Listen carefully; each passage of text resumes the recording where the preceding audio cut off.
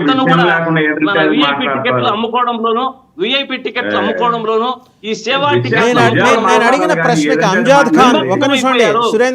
సురేంద్ర గారు ఒక నిమిషం, శ్రీకాంత్ గారు, అంజాద్ ఖాన్ విషయంలో ఏంటి మీరు చూసింది ఏంటి? మీరు ఇంతవరకు స్పందించకపోవడానికి మీ పార్టీ గల కారణం ఏంటి చెప్పండి.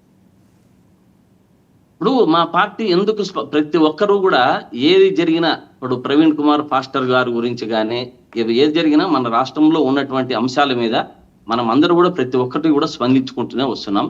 ఈ అంజాద్ ఖాన్ విషయంలో కూడా ఎందుకు స్పందించకూడదు, వీరు ఏమి చేస్తారు, వీరు ఏమి సమాధానం చెప్తారు, బాధ్యతగా వ్యవహరించవలసిన కూటమి ప్రభుత్వము ఇంతవరకు ఎందుకు బాధ్యతగా వ్యవహరించి ఆ వ్యవస్థను పటిష్టం చేయకుండా వారి గురించి సమాధానం చెప్పకుండా బయటికి సమాధానం ఎందుకు చెప్పలేదు? ప్రభుత్వం ఇచ్చే తీరును పట్టి ప్రతిపక్షం స్పందన ఉంటుంది, దానికి ఖచ్చితంగా స్పందిస్తాం. నిజంగా వాసుదేవన్ గారు, ఈ యొక్క తిరుమల తిరుపతి దేవస్థానం అంశంలో ప్రతి ఒక్కరు కూడా హిందువు స్పందించాలి. ప్రతి ఒక్క హిందువు స్పందించి ఈ కూటమి ప్రభుత్వం చేస్తున్న విఫలమైంది కాబట్టి దీనికి చైర్మన్ రాజీనామా చేస్తారా, లేకుంటే సనాతన ధర్మాన్ని భుజాన వేసుకున్న డిప్యూటీ సీఎం గారు రాజీనామా చేస్తారా, లేకుంటే వాళ్ళు నోరు గడిగిస్తారా, రోడ్లు గడిగిస్తారా అనేది మనకు సంబంధం లేదు. కాకపోతే ఈ తిరుమల తిరుపతి దేవస్థానం వ్యవహారంలో మాత్రం ప్రతిపక్షం గాని ప్రజలు గాని అందరూ కూడా స్పందించి ఈ కూటమి ప్రభుత్వానికి తగిన బుద్ధి చెప్పేంత వరకు ఇటువంటిది పునరావర్తం కాకుండా ఉండాలంటే అందరూ కూడా ప్రజలు వేణుగారు ఒక నిమిషం భక్తులు స్పందిస్తున్నారు. వేణుగారు ఆయన మాట్లాడండి. అనవసరంగా అన్ని వెనకేసుకుంటూ వస్తున్నారు, కొంచెం కూడా ఇది లేకుండా మాట్లాడుతున్నారు. మళ్ళీ మీరు మాట్లాడడానికి ఏం హక్కు ఉందండి మీకు? దేవాలయాలపైన జరుగుతున్న ఏమి హక్కు ఉంది మీకు మాట్లాడడానికి? మరి మధ్య మధ్యలో వచ్చి మాట్లాడతారు. మీకు ఇచ్చిన టయాన్ని వినియోగించుకొని చేస్తున్నది ఒకటి, మీరు చెప్పేది ఒకటి, చేస్తున్నది ఒకటి. చెప్పిన దానికి చేసిన దానికి ఏదో అంతృప్తి కూడా లేదు మీకు.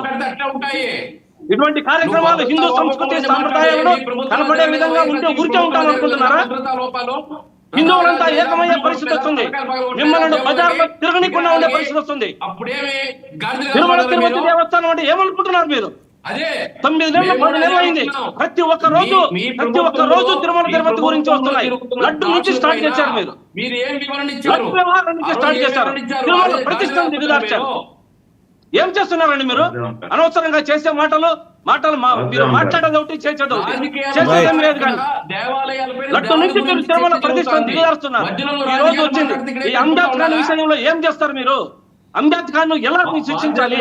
కూర్చోబెట్టి మాటల్లో నీళ్ళు ఇచ్చి మీరు వాళ్ళు ఎంక్వైరీ చేస్తారండి? మీరు కూర్చోబెట్టుకొని ఏదో రైట్ అండి. ఒకసారి సురేంద్ర నాయుడు గారు మాట్లాడతారు. సురేంద్ర నాయుడు గారు